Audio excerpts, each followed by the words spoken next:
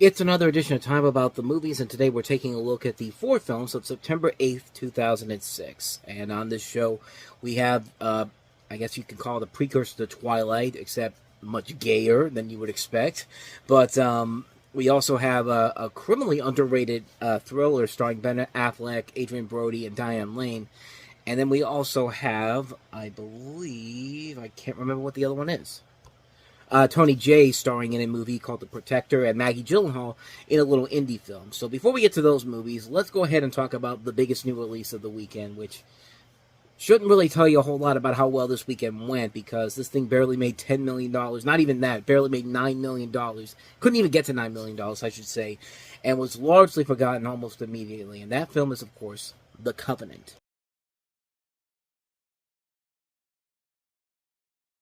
Because, yeah.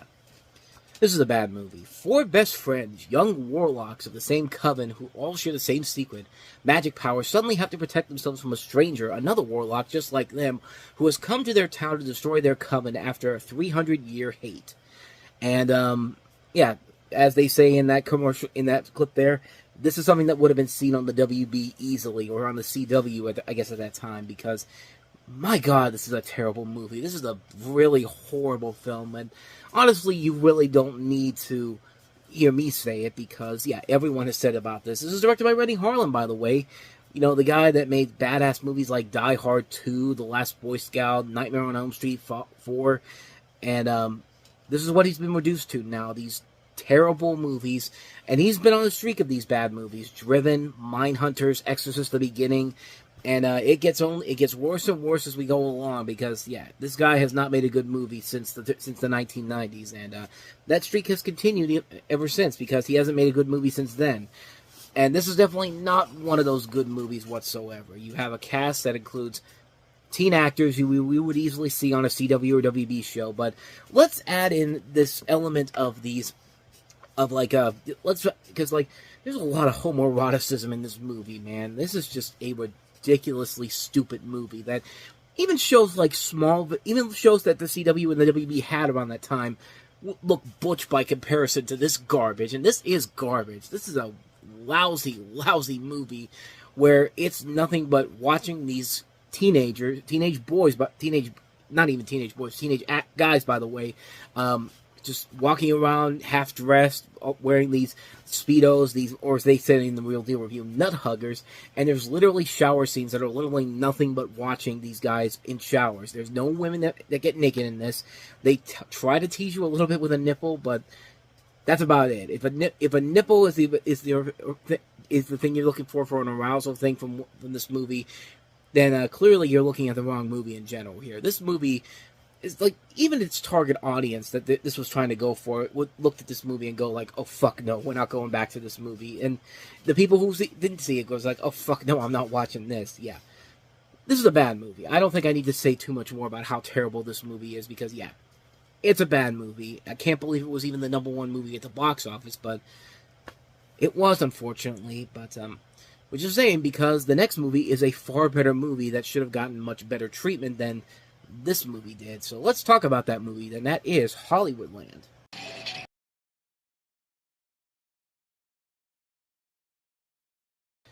A movie that was so embarrassed to not even include anything Superman related, because Superman Returns was a big box office flop in the summer of 2006.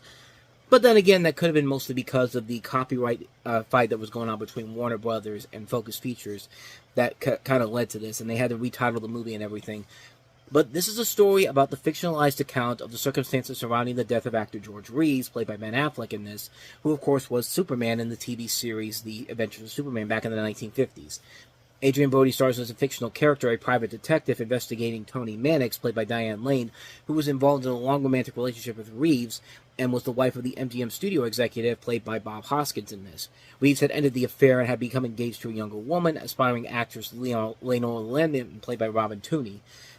And it's a really good movie. It's a film that definitely did not get the proper respect it deserved. It kind of came and went at the box office. It was a really good movie, but most notably, it was the first real movie that welcomed Ben Affleck back after so many flops he had been involved in. Paycheck, Geely, Surviving Christmas. This was the return for Ben Affleck, the start of the return, because following that, He would direct his first movie with Gone Baby Gone, which was a huge, well-made film that was very successful critically. Once again, financially, not so much, but that one went on to get some Oscar nominations overall, and it would eventually lead to Ben Affleck's true return to form with Argo a couple years later, which would later win Best Picture, even though he wouldn't be nominated for Best Director. But this is a really good movie. It's a really incredible movie that shows why Ben Affleck was such a good actor to begin with, and why it's incredible to see him come back after all of these bad movies he made for most of the decade. And this was his return. This was his return to form in general. And he got a cast that also includes terrific actors Adrian Brody, Diane Lane, Robin Tooney, Bob Hoskins, and a story that is very, very compelling and very, very engaging overall.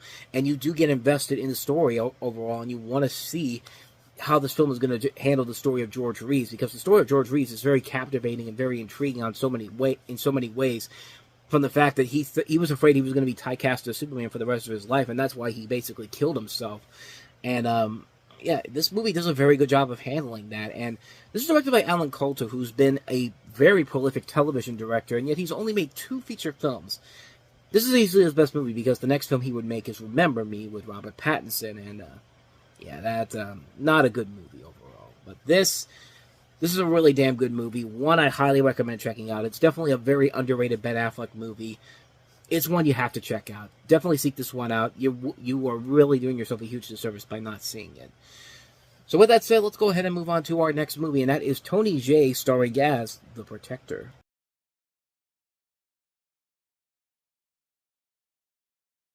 So in the film, in Bangkok, you have the young Kam, who's raised by his father in the jungle with elephants as members of their family. When his old elephant and the baby Kern are stolen by criminals, Kam finds that the animals were sent to Sydney.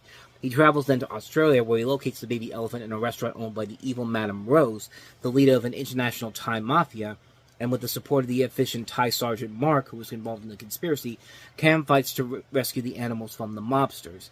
Now, the name The Protector is the name that it was given for the English dubbing of this movie. This movie was originally called Tom Young Goong in the country of Thai, I think it is, because it's a Thai martial arts movie, and of course, The Protector was also the name of a 1985 Jackie Chan movie directed by James Glickenhaus. But this was when the Weinstein Company was picking up these movies and putting them out through their Dragon Dynasty company. And kind of like what they did with the Jackie Chan movies when they had them over at Dimension and Miramax, they trimmed the film down so it would get an R rating, so it could be seen in theaters. They actually added a score by RZA, and a lot of the stuff that was in the original version has been largely cut out of the film, which included several key plot elements that were taken out of the film in general. But yeah, as far as the film itself goes, it's one that I rarely remember seeing. I mean, I don't think I've ever seen this one, now that I think about it, but no, I haven't seen this one. I'm telling you stuff that's not true at all, but yeah, I have not seen this movie, so I don't really know if it's any good or not. I've never heard anybody really say this is one you should check out, but yeah, it's one I've never seen before. Now that I think about it, I have not seen this particular version of this film. I never saw the original version either, so I really don't know if the original version is any good either, but it's available out there to get both versions of this on DVD, so it's out there somewhere. Someday I might pick it up and check it out, but yeah, I don't remember ever seeing this one, so I can't really say if it's any good or not, but these English dubbings that the Weinstein Company did back in the day usually have not been that great overall, so I wouldn't be surprised if this one was not a great transfer. So yeah, not much more I could say about that one. So let's go ahead and get back to some movies that I have seen with our last movie that we have here, and that is Maggie Gyllenhaal in the indie film Sherry Baby.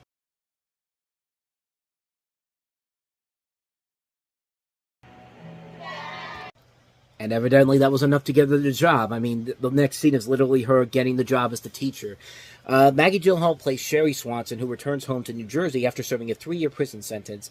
Eager to reestablish a relationship with her young daughter, Sherry soon discovers that coming back to the world she left behind is far more difficult than she had planned. And this was kind of where Maggie Gyllenhaal was slowly but surely becoming one of those actresses that everyone was watching out for. Like, everyone was thinking that she was going to be the next big thing, and she really does show a lot of what makes her so great in this movie. I mean, she steals the show in here. She's fantastic. She gives the best performance in the movie easily. She's got a great cast around her. Brad William Henke from Choke, Giancarlo Esposito, Danny Trejo among the cast in here. it's a really good movie. It's a really good, underrated little gem of a film that not a lot of people really talk about all that much. I found this on a blind buy when it was at my Giant Eagle that I worked at when we had the video section. I watched it, I rented it. I thought it was pretty good. I thought it was a very good film overall, a very well done film. Great performance by Maggie Gyllenhaal. I thought she was really strong in the movie. I thought she really carried a lot of weight that showed what her future is as an actress in general, and a leading actress. And it's a really good movie that sadly didn't get the attention that I think it deserves. I feel like she should have gotten an Oscar nomination for a performance in this. Like, she's really good in the movie. And I really liked her a lot in this film. I thought she really was the strongest part of the film. The story is very well done. It's a captivating storyline. It's a great story involving this character. It's a really good movie. One that doesn't get the proper attention it deserves. It's a really great film. I highly recommend checking it out, though. Definitely check it out. Sherry Baby. And so with that said, we wrap up another edition of Time About the Movies. And the next time we meet, we'll take a look at 4 more movies, including The Rock, starring in a football drama, Gridiron Gang. We have Brian De Palma's latest film, The Black Dahlia, which features Scarlett Johansson and Josh Hartnett among its cast. The animated feature, Everyone's Hero, and Zach Braff starring in The Last Kiss, his big movie follow-up to Garden State. And needless to say, it was not the big success that Garden State was. But we'll talk about those 4 movies on the next episode. That'll be coming up tomorrow. But until then, thank you so much for watching, and if you want to see more videos like this, please hit the place on the next page, check out the previous episode, and also don't forget to hit the like, subscribe, and notification button because we post new videos here every day, and you get updates on when new videos come out all the time. So with all that said, I am off. I will see you guys next time, and until then, as always, take care.